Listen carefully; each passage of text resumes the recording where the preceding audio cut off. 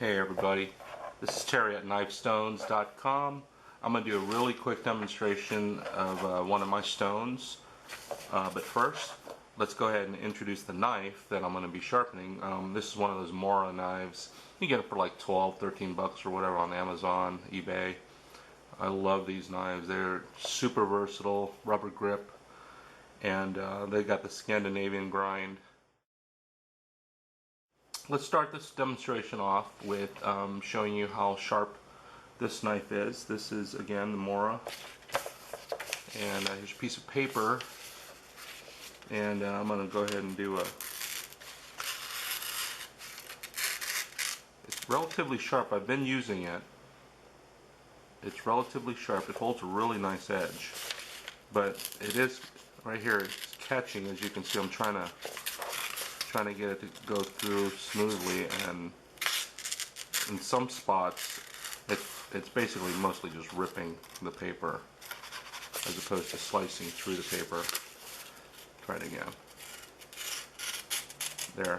In some spots you can get a nice slice, and then as you go further down the blade it hangs up. So there are some rough spots on this knife. I can actually see them. I don't know if you pick that up at all. It's hard to really tell. But, alright. So that's the knife we're dealing with. Let me get the stone. This happens to be one of the stones I have for sale. I don't have the number, the stock number on it, but it's one of the square shaped ones. Alright, here we go. Let's wet it. Wet the stone. And again, this is the Mora. I'll demonstrate one last time. It slices a little bit, but it definitely hangs up. Alright. Let's go ahead and start sharpening it. I'm going to have to hold it at an angle. It's much more comfortable for me to sharpen that way. Plus the way the camera is positioned in front of me, it's kind of in my way, so this is like the easiest way to do it. You want to hold the blade at about 15 degrees and in a rounded sweeping motion you sweep down against the grooves that I put in the stones.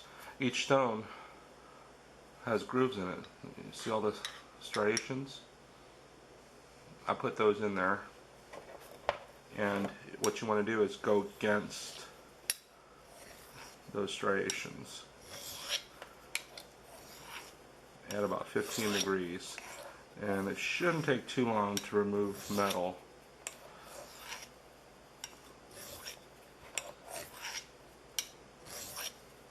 And as far as using this stone on your finer knives, the expensive $200–300 and higher knives, I probably wouldn't do it.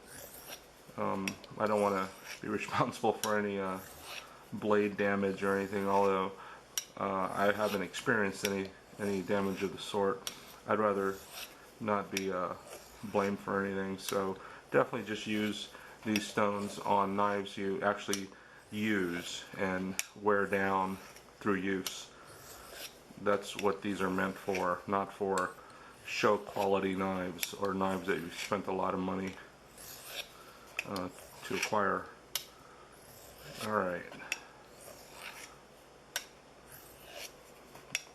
And as far as wetting the stone, you could do either dry or wet,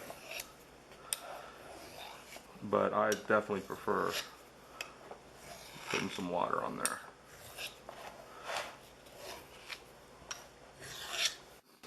Kind of an unorthodox position for me because again I've got the camera tripod right in front of me and I'm not getting the full range of motion that I would like, but this is about as close as I'm going to get for now. Okay, let's see where we're at. The white wipe some of this stuff away. And let's see where we're at.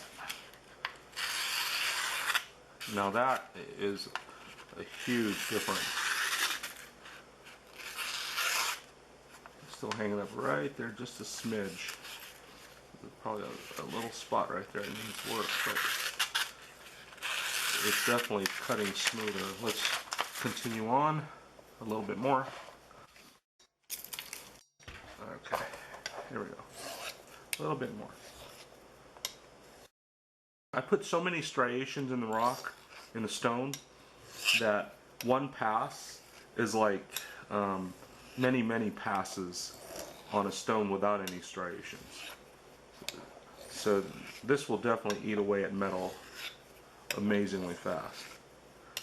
And if you apply a little bit of pressure, it takes that much more metal away than if you apply just light pressure.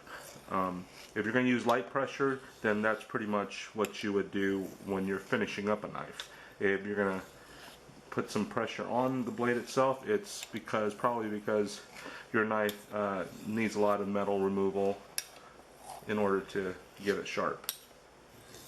So either way, you'll work with it, and before you know it, you'll know the exact pressure to apply depending on what you're trying to do with your blade. Okay, let me wipe it and see if that's made any difference at all. Here we go.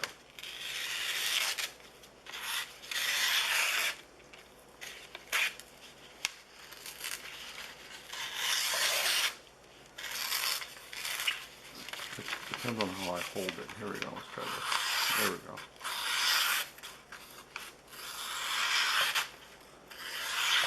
There's a slight hang up here and there. It's because it's not completely refined, but boy, that feels extremely sharp. Extremely sharp. A little bit more. I don't have to apply so much pressure anymore because I've already got the blade kind of where I want it, and all I'm doing now with the lighter pressure is refining the edge.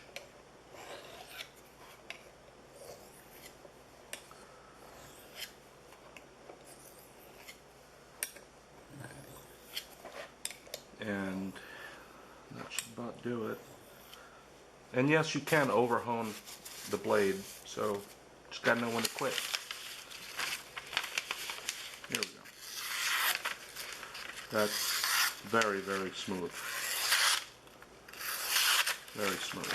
Alright guys, that's a demonstration of one of my stones using a Mora knife.